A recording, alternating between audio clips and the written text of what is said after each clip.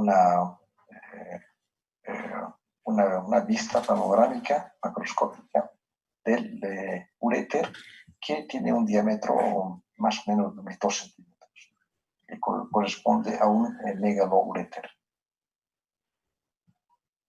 Este es un corte transversal del uréter. ¿Están escuchando? Sí, doctor, se escucha. Perfecto, seguimos. Donde podemos observar el epitelio urotelial, la capa muscular y la lámina propia. Llama la atención que en la lámina propia hay un infiltrado inflamatorio de linfocitos.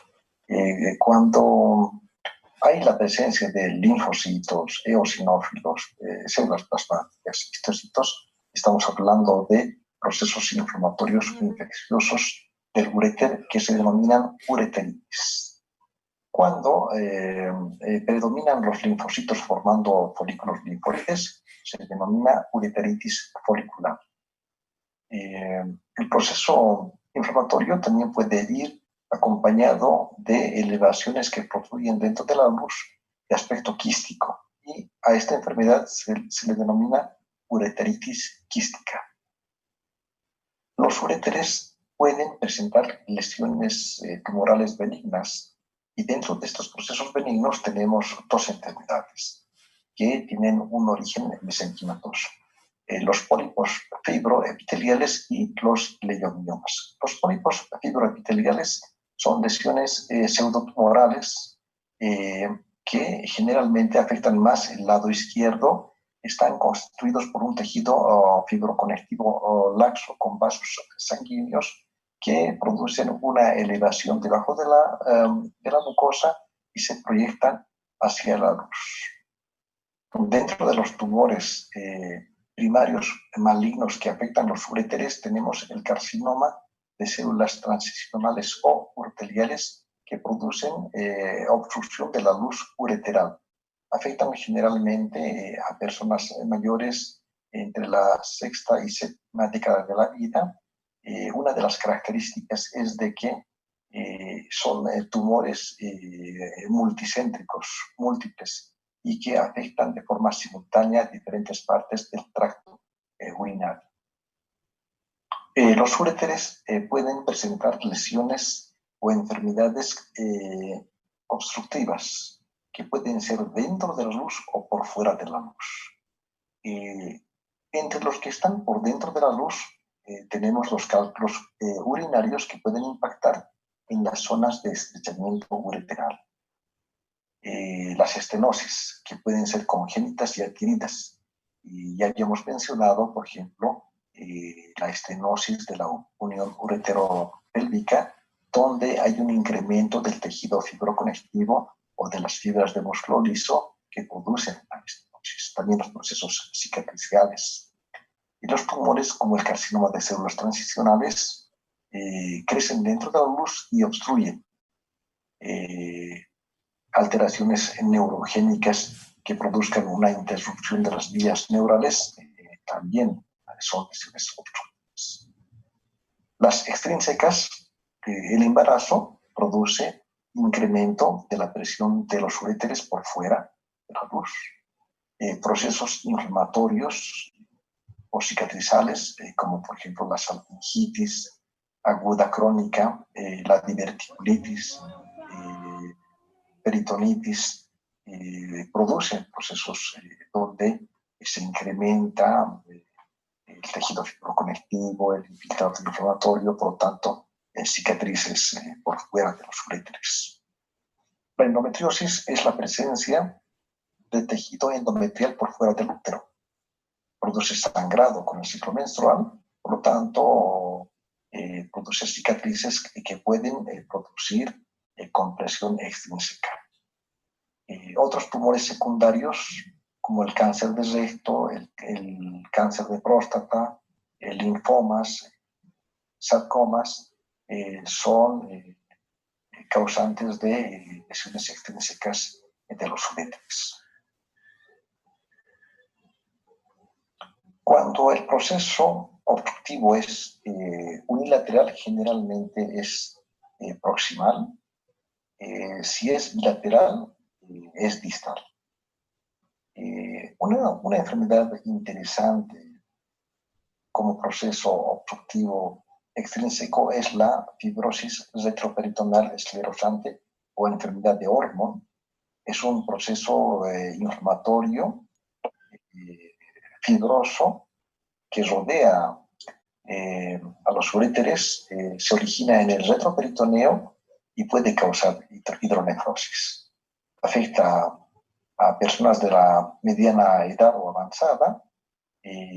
Puede ser secundario a fármacos, procesos inflamatorios, enfermedad maligna, y en un 70% no tiene una causa o una etiología que se puede encontrar y se la denomina idiopática.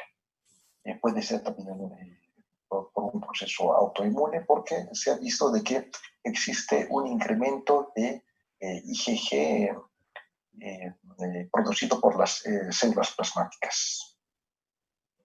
En la histología se observa una lesión benigna, una mezcla de proceso inflamatorio y fibroso. Dentro del proceso inflamatorio se puede observar linfocitos pequeños maduros, folículos linfoides tanto primarios como secundarios, células plasmáticas maduras, algunos eosinófilos, tejido adiposo rodeado por fibrocitos, fibroblastos y depósitos de colágena que pueden producir una compresión extrínseca de los uréteres. Pasamos a las enfermedades que afectan a la vejiga urinaria.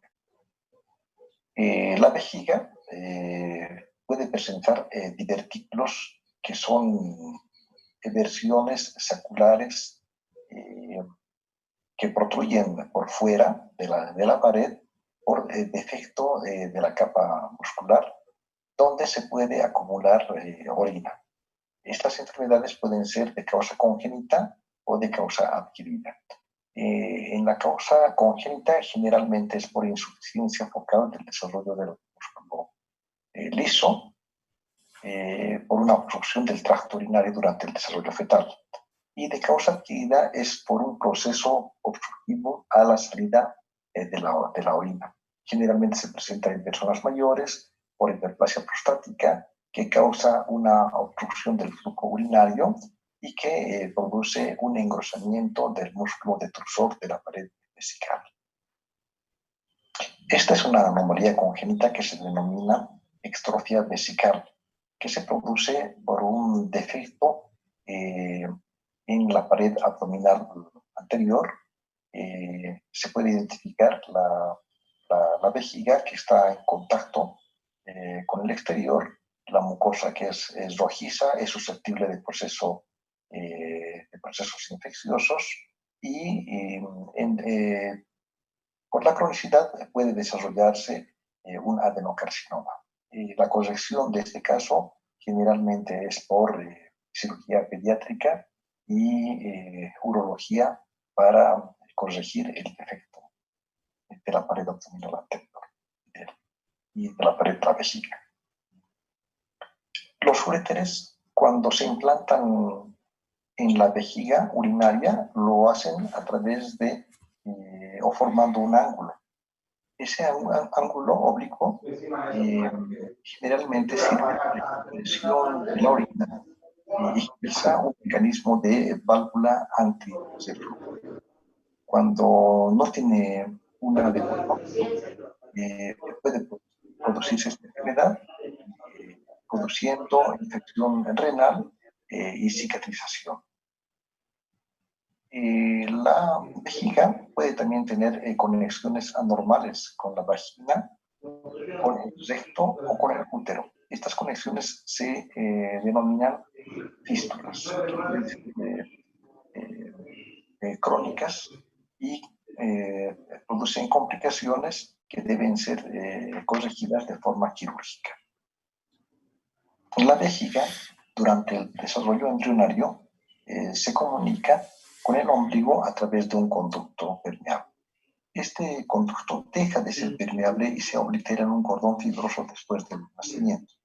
Cuando persiste este conducto se denomina uraco persistente, que puede ser totalmente permeable, produciendo un trayecto viscoso con salida de orina a través del ombligo. En este trayecto también puede formarse los quistes uracales que pueden ser únicos o múltiples. Y cuando existe un proceso inflamatorio o infeccioso crónico, pueden surgir carcinomas o adenocarcinomas a partir de los quistes uracales. La vejiga urinaria puede ser afectada por procesos inflamatorios que se denominan cistitis aguda y crónica. Las mujeres son más propensas a ser afectadas que los hombres por la uretra corta. Y a mayor edad, ambos sexos son afectados. ¿Cuáles son los factores predisponentes? Los cálculos urinarios, que pueden producir una lesión mecánica, los hombres. Disculpen, ¿hay alguien con su micrófono abierto? Nati, ¿puedes apagar tu micrófono, por favor? ¿Ya? Sí, ya lo apagó tú. Gracias. Por la hiperplasia prostática, a la diabetes mellitus, que lo que hace más susceptibles a los pacientes para la infección por Candida albicans e infecciones bacterianas. La instrumentación, como por ejemplo la colocación de una sonda Foley o la cistoscopía, predisponen a procesos infecciosos, deficiencias inmunitarias, quimioterapias y radioterapia también pueden producir cistitis por radiación. ¿Qué bacterias son más frecuentes? Escherichia coli, Proteus, Klebsiella, Enterobacter. La cistitis por tuberculosis es frecuente y se presenta cuando se trata el carcinoma urotelial por instilación con BCG. En los pacientes diabéticos, Candida albicans, Cryptococcus, Clamidia, Mycoplasma. En la morfología, la mucosa urinaria se observa con un componente hemorrágico que le da un color rojizo y se denominará cistitis hemorrágica cuando predomina el componente hemorrágico. Cuando predomina el componente exudativo supurativo se denomina cistitis supurativa. Y si hay grandes áreas de solución de continuidad en toda la mucosa se denomina cistitis ulcerativa. En la morfología, la superficie de la mucosa es roja, friable y granular, con soluciones de continuidad que se extienden a la capa muscular propia y por el proceso cicatrizal se acumulan fibrocitos, fibroblastos con colágena que produce pérdida de la elasticidad de la pared vesical. A esta entidad se denomina cistitis crónica. Cuando los linfocitos están en la lámina propia formando agregados de folículos linfoides por debajo del epitelio se denomina cistitis folicular o cistitis folicularis. Y cuando predominan los eosinófilos junto con fibrosis células gigantes se denomina cistitis eosinofílica. Este es un corte histológico donde podemos ver la vejiga urinaria con el epitelio, la lámina propia, la capa muscular y este agregado de linfocitos que forman un folículo linfoide secundario con centros criminales y con maduración hacia la periferia se denomina una cistitis folicular. Otro corte histológico donde podemos ver un proceso inflamatorio con abundante cantidad de eosinófilos que tienen un núcleo bilobulado y un citoplasma granular eosinófilo mezclado con algunas células gigantes multinucleadas y unos focos de necrosis. Este es un ejemplo de una cistitis eosinofílica. Dentro de las formas especiales de cistitis tenemos la cistitis intersticial o úlcera de Hunner, que es una enfermedad que produce dolor, afecta a mujeres y se asocia a inflamación con fibrosis de la pared vesical. Tiene dos etapas, una fase temprana y una fase tardía. En la fase temprana hay hemorragia en la submucosa con la presencia de gran cantidad de mastocitos. Los mastocitos apoyan el diagnóstico histológico. Y en la fase tardía hay soluciones de continuidad con presencia de células inflamatorias, tejido de granulación y también la presencia de mastocitos. La malacoplaquia es una reacción inflamatoria vesical que se caracteriza por presentar placas blandas, amarillentas, ligeramente elevadas. En los cortes histológicos se puede apreciar gran cantidad de macrófagos espumosos, células gigantes multinucleadas, y en la tinción de poncosa se puede identificar de un color negruzco, y al microscopio electrónico se puede identificar la presencia de los cuerpos de Michaelis-Gutmann. Otra enfermedad es la cistitis polipoide, que generalmente resulta de un proceso de irritación de la mucosa vesical. Este es un ejemplo de una cistitis polipoide que macroscópicamente se puede confundir con un carcinoma papilar. ¿Cuál es la diferencia?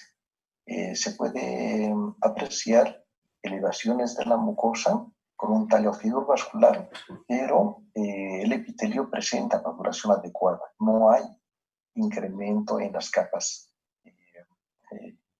de uroteliales y estas células transicionales maduran de forma adecuada. Este es un ejemplo de cistitis polipoide.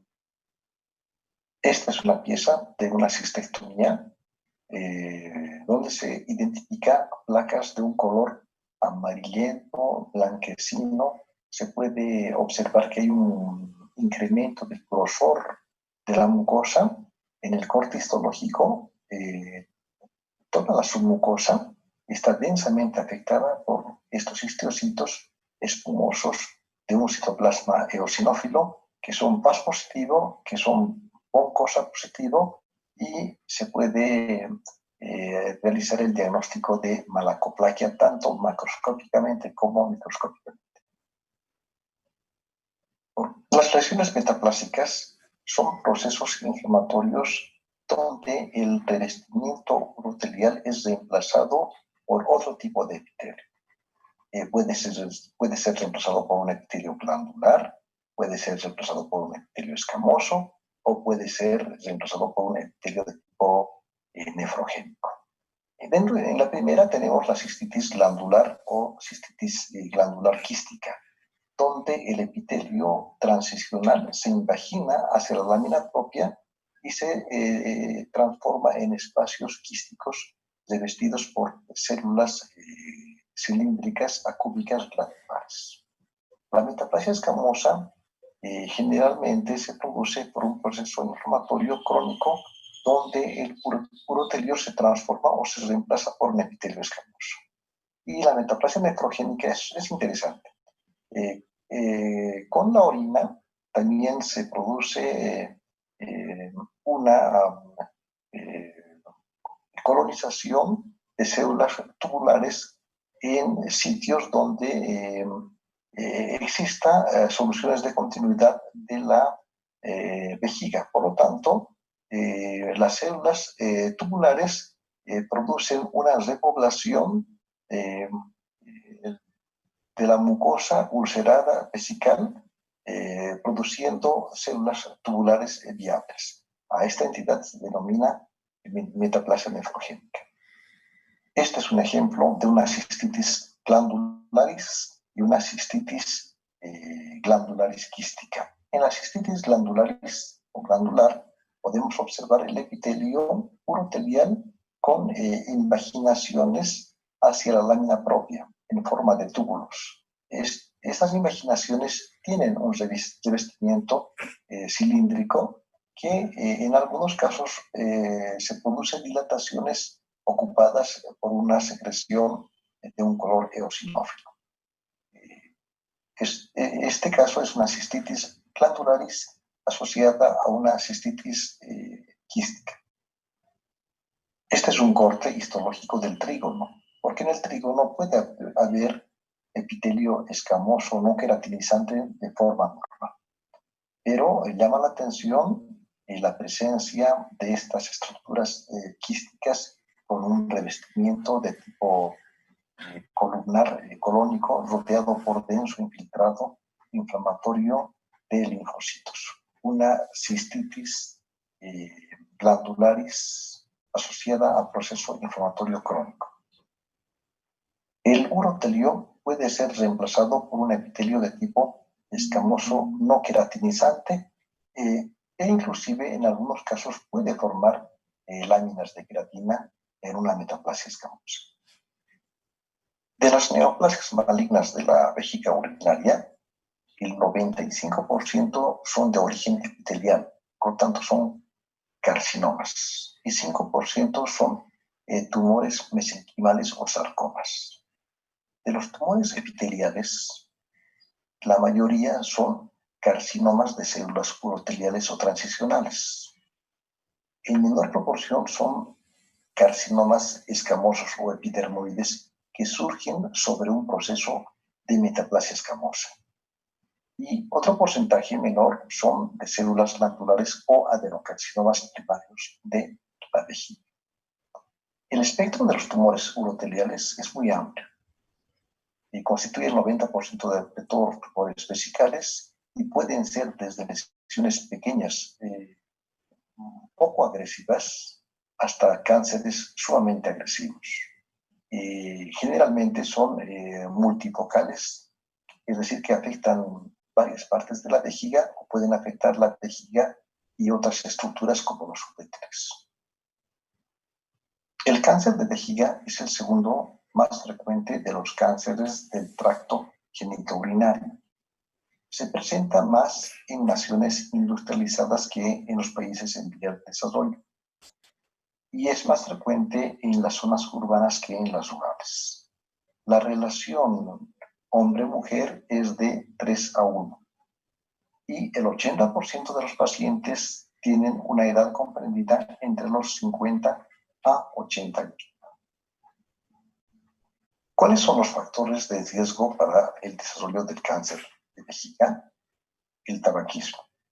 Aumenta el riesgo de cáncer entre 3 y 7 veces dependiendo del número de paquetes por año y del hábito de fumar. La exposición laboral a las aridaminas, que se utiliza generalmente en la industria de los textiles para el teñido de telas. En Asia, las infecciones por Schistosoma hematobium puede ser un factor de riesgo y el consumo prolongado de analgésicos.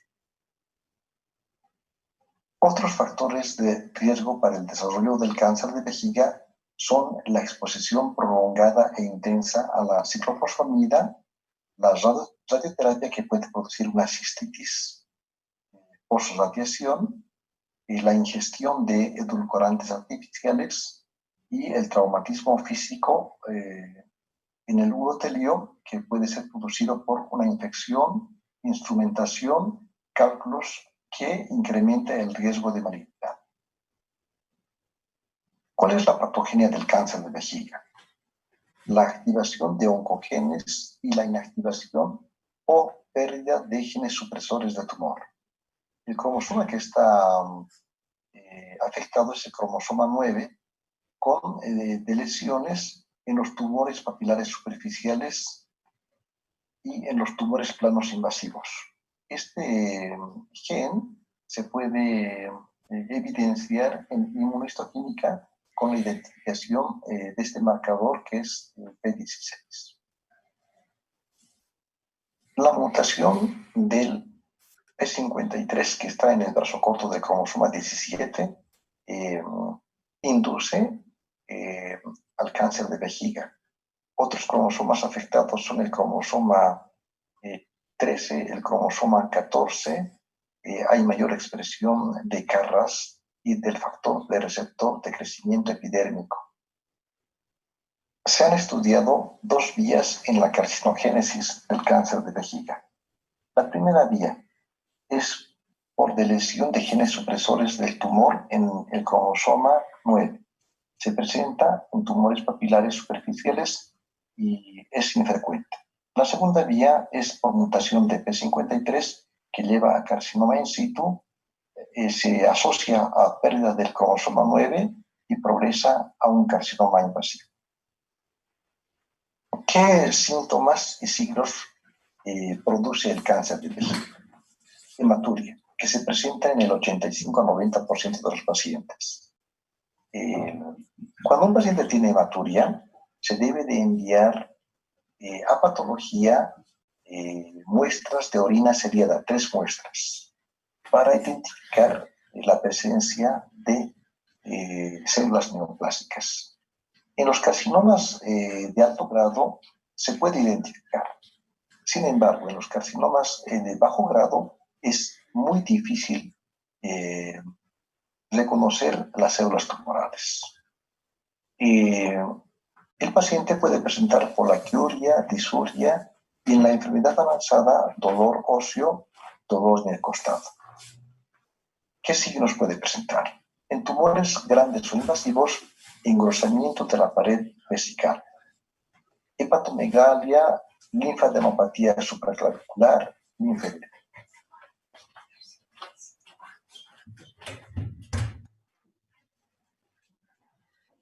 Dentro de los tumores de la vejiga urinaria tenemos primero a los papilomas. Dentro de los papilomas existen dos tipos, el papiloma exofítico y el papiloma invertido. Son lesiones poco frecuentes, que representan menos del 1% de los tumores vesicales, se observan comúnmente en pacientes jóvenes, son tumores que se presentan de forma única, como estructuras pequeñas que miden de medio centímetro a 2 centímetros, delicadas, unidas superficialmente a la mucosa por un pedículo. En la histología podemos ver estos tallos fibrovasculares delicados y lo importante es ver, contar la capa de células transicionales. En el grosor es normal. Se tiene entre 3 a 5 capas y el proceso de maduración es completamente normal, a diferencia de un carcinoma. Este también es un papiloma, pero es un papiloma que no crece hacia la superficie, sino crece hacia el interior de la lámina propia. Podemos ver que estas células son células transicionales, pero maduran. Tienen 3 a 5 capas de células y la membrana basal está conservada. Es un papiloma invertido. Una lesión interesante que está a medio camino entre un papiloma urotelial benigno y un carcinoma papilar de bajo grado es la neoplasia urotelial papilar de bajo potencial de malignidad, que tiene características histológicas semejantes a un papiloma. ¿Cuál es la diferencia? El urotelio tiene mayor grosor, tiene un poco más de agrandamiento de los núcleos y puede presentar figuras mitóticas escasas. En la cistoscopía, esta neoplasia puede ser indistinguible de un carcinoma papilar de bajo grado. El carcinoma urotelial papilar de bajo grado se caracteriza por un crecimiento elevado, ordenado, tanto en su arquitectura como en su citología. Las células uroteliales neoplásicas mantienen su polaridad y son cohesivas. Hay leve atipia nuclear, leve nucleomegalia, leve hipercromatismo, ocasionales figuras mitóticas y una ligera variación en el tamaño y la forma nuclear. En su comportamiento pueden recurrir y es muy poco frecuente que pueda invadir la lámina propia. Solo lo hacen un 10%.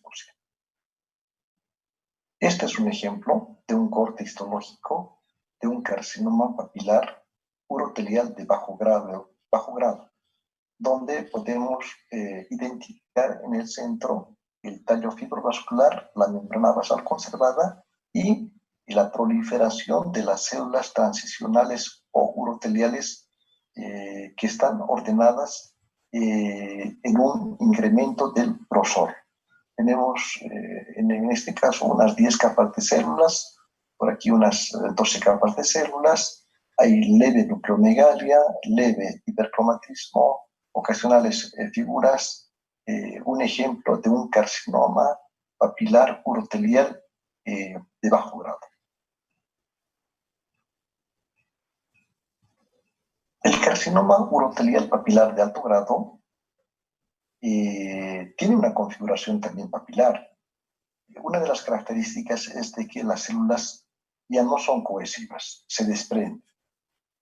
Tienen núcleos grandes, hipercromáticos, puede haber franca anaplasia de las células uroteliales, es frecuente que tenga figuras mitóticas, existe una pérdida de la arquitectura con pérdida de la polaridad y en el comportamiento clínico tienen mayor riesgo de progresión y potencial metastásico significativo. Los carcinomas uroteliales papilares de alto grado son más agresivos, 80% son invasivos, invaden no solamente la pared vesical, sino pueden extenderse a órganos vecinos como la próstata, vesículas seminales, uréteres, el retroperitoneo, pueden afectar la vagina y el útero, produciendo comunicaciones fistulosas. El 40% afectan a los ganglios linfáticos regionales y la diseminación hematógena a hígado, pulmones, médula ósea es frecuente y ocurre en fase tardía cuando el tumor es anaplásico. Este es un corte histológico de la vejiga donde podemos observar una lesión exofítica con un revestimiento muy pleomórfico, prácticamente anaplásico, donde observamos incremento en el número de capas celulares, pérdida de la polaridad de estas células, moldeamiento nuclear, hipercromatismo, mitosis frecuentes. Es un ejemplo de un carcinoma urotelial papilar de alto grado. Este es un ejemplo de un carcinoma urotelial in situ, plano. Tiene un crecimiento plano, aquí está la membrana basal, y las células son anaplásicas con pérdida de la polaridad, nucleomegalia, estratificación, multinucleación. Estas células son de alto grado y tienen pérdida de la cohesividad, por lo que pueden ser detectadas en la citología urinaria. Otro ejemplo de carcinoma urotelial in situ con la membrana basal conservada, la lámina propia con un infiltrado inflamatorio y con células anaplásicas que están de forma intraepitelial. Esta enfermedad frecuentemente es multifocal, puede extenderse a los uréteres y a la uretra, y el 50 a 75% de los carcinomas in situ progresan con el tiempo a carcinomas invasivos.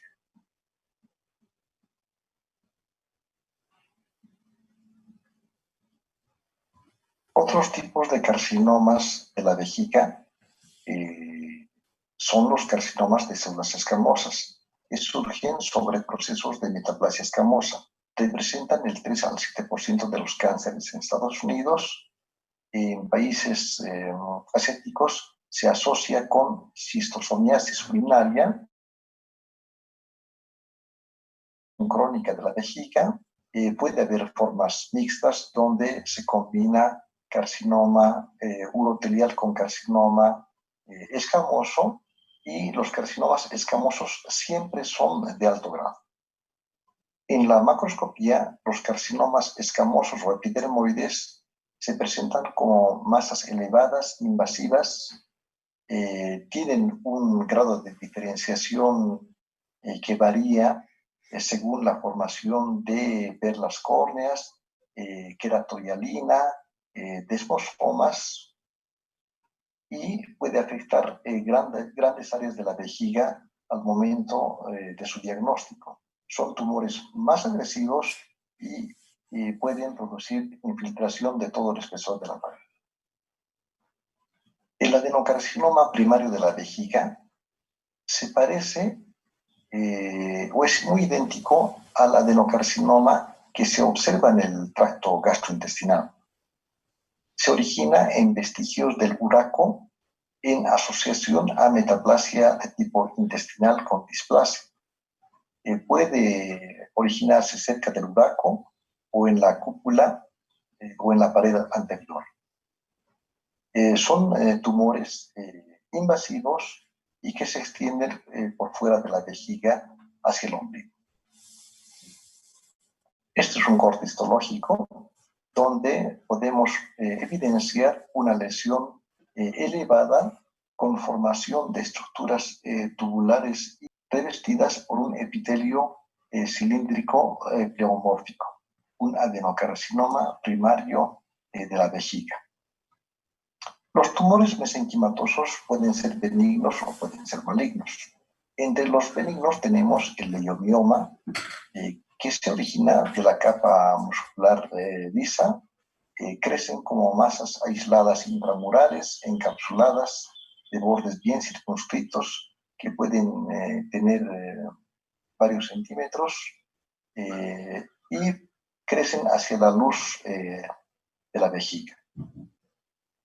La contraparte maligna son los sarcomas, que tienden a producir grandes masas que varían de 10 a 15 centímetros de diámetro, protruyen hacia la luz de la vejiga y pueden invadir todo el espesor de la pared y extenderse hacia órganos vecinos. Los tumores secundarios llegan a la vejiga de órganos adyacentes. Por ejemplo, un cáncer de cuello uterino en etapa avanzada puede afectar la vejiga urinaria. Un cáncer, un carcinoma endometrioide también puede afectar la vejiga. Un carcinoma de próstata y un cáncer de recto pueden, por extensión, infiltrar la vejiga. ¿Qué producen? Hemorragia, obstrucción ureteral y fístulas vésico-vaginales, que son secuelas comunes en estas circunstancias.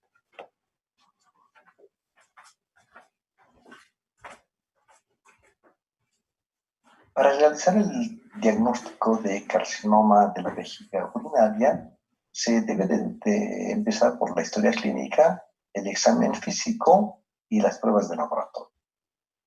Es importante el papel de la endoscopía, que se denomina cistoscopía, donde el urólogo realiza una valoración de la mucosa y toma biopsias tanto del tumor como de otros sitios sospechosos.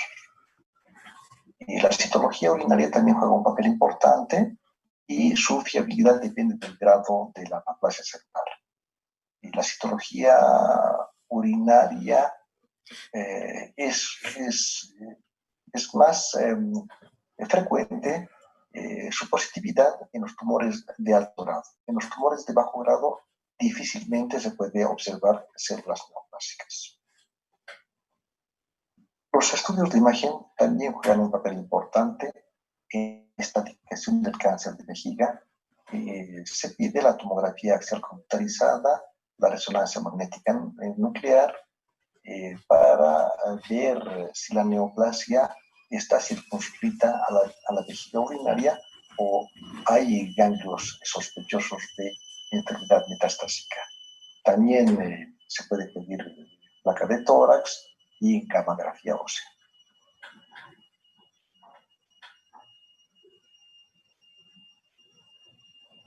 Obstrucción de la mucosa vesical. En los hombres es más frecuente la obstrucción por una hiperplasia prostática benigna y en las mujeres por un cistocele vesical.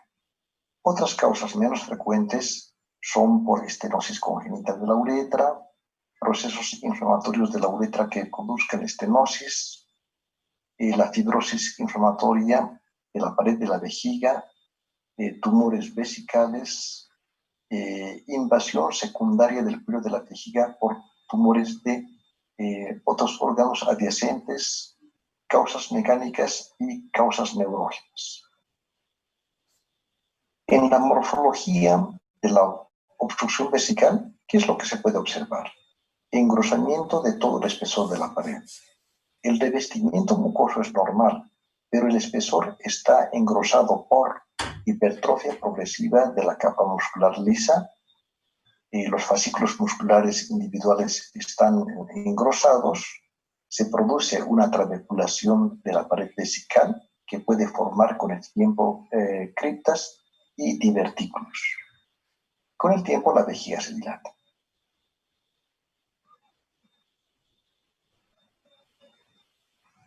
Pasamos a la uretra.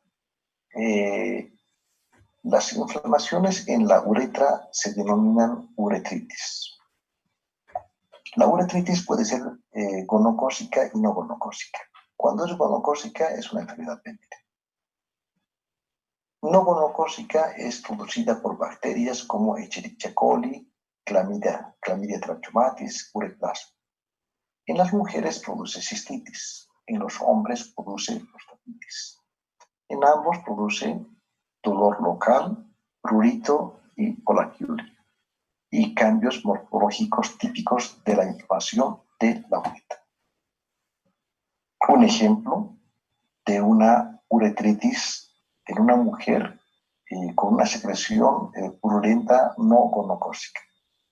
Un ejemplo de una uretritis en un hombre con secreción purulenta de causa gonocócica. La uretra también puede presentar lesiones tumorales y pseudotumorales.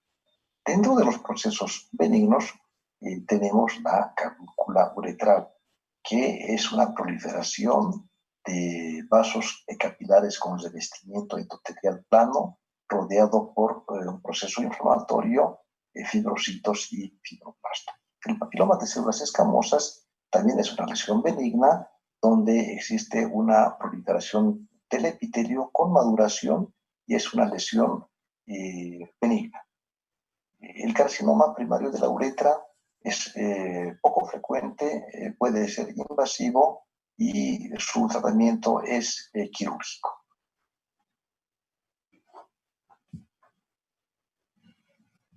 Muy bien, muchachos. Ese ha sido el tema de hoy. Vamos a dejar de compartir la pantalla. Stop share. Ok. Entonces,